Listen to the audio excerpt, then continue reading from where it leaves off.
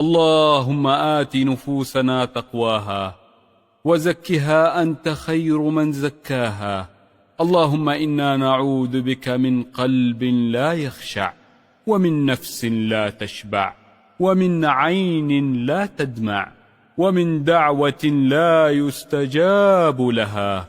اللهم إنا نعوذ بك من هؤلاء الأربع، ونسألك يا الله من خير ما سألك منه عبدك ورسولك سيدنا محمد صلى الله عليه وسلم وعبادك الصالحون، ونعوذ بك يا الله من شر ما استعاذ بك منه عبدك ورسولك سيدنا محمد صلى الله عليه وسلم وعبادك الصالحون.